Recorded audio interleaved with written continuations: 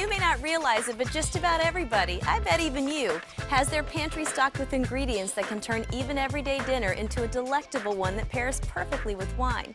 Today I'm going to use what I call the power hitters of my pantry to make sweet potato puree with garlic, balsamic vinegar, and thyme, a manchego cheese, mixed greens, and wine-loving vinaigrette salad, and a seared pork tenderloin with wild mushroom and fig pan sauce. This menu will pair both with a lush Cabernet Sauvignon from California and a Chardonnay white wine from Australia down under. That's what Pairings is all about, so welcome. Let's get in the kitchen and start cooking.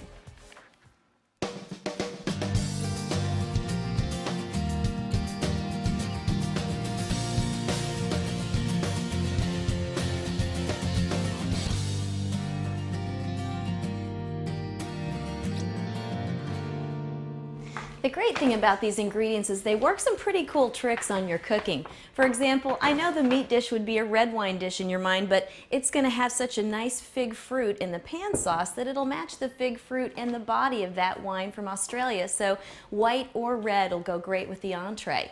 And of course I've got a wonderful red wine, a California Cabernet Sauvignon, and all of that lush deep berry fruit in the body of it will go nicely with my sweet potato puree.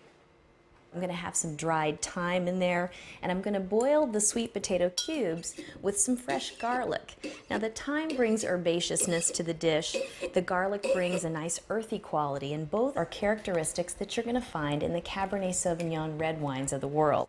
And then the topping is just a little drizzle of aged balsamic vinegar. It's got a little bit of sweetness, and it also has sort of a mellow harmoniousness that echoes the smooth character that you get from red wines that are aged in a barrel. And the reason for that is the balsamic vinegar is aged in a barrel, so it really mellows down.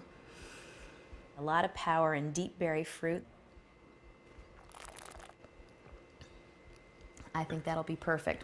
I'm going to get my sweet potatoes started. I've got most of them cubed up, and I just need to add a little bit more just to make enough quantity.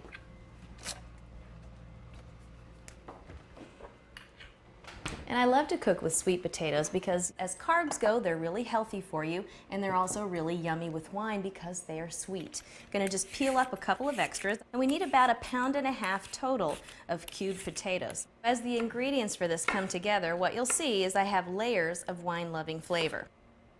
Sweet potato puree, garlic, balsamic vinegar will be a drizzle on top, and I'm also going to throw a little bit of dried thyme. Dried thyme is what I call a red wine flavor booster because almost any red wine becomes extra special suited to the dish if you've got thyme in there.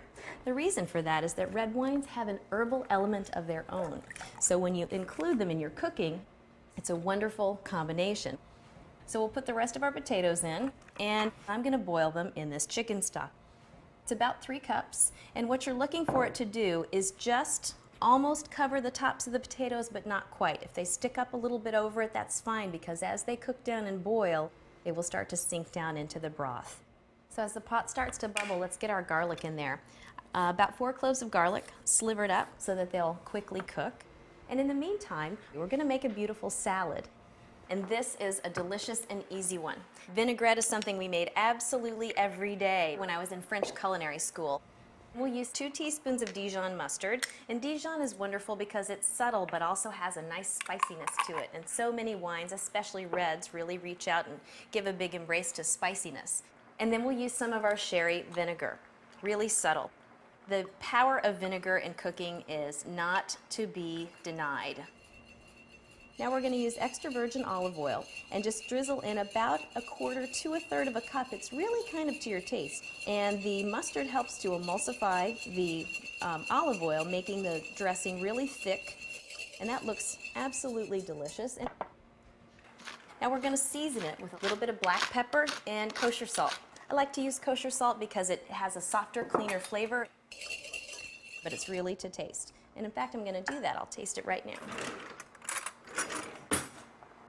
Just looking for balance. And that's delicious. Absolutely perfect. Put our greens straight into the salad bowl. Just that plain old spring mix of fresh salad greens. We'll start with maybe half of it because I don't want to overdress the salad. So we'll mix it around with our hands. And then the last touch with this salad is a little bit of cheese. Just shave some nice big shavings of manchego. This is a sheep's milk cheese from the plains of La Mancha in Spain, and what it does for wine is something spectacular. It has that bit of fat and that creamy flavor and texture that just softens the harshness that you sometimes get in red wines, which comes from tannin. It's just a little taste here. Ooh, I got lots of cheese. And we'll try it with the wine.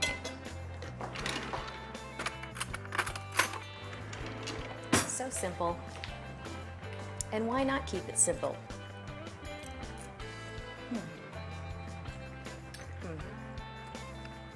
I could eat this every day.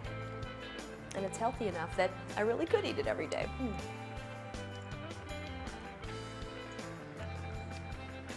Oh. Oh. Before, it tasted good. Now it tastes explosive. Berry fruit, gorgeous texture.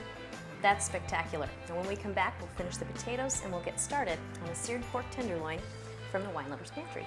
Yummy.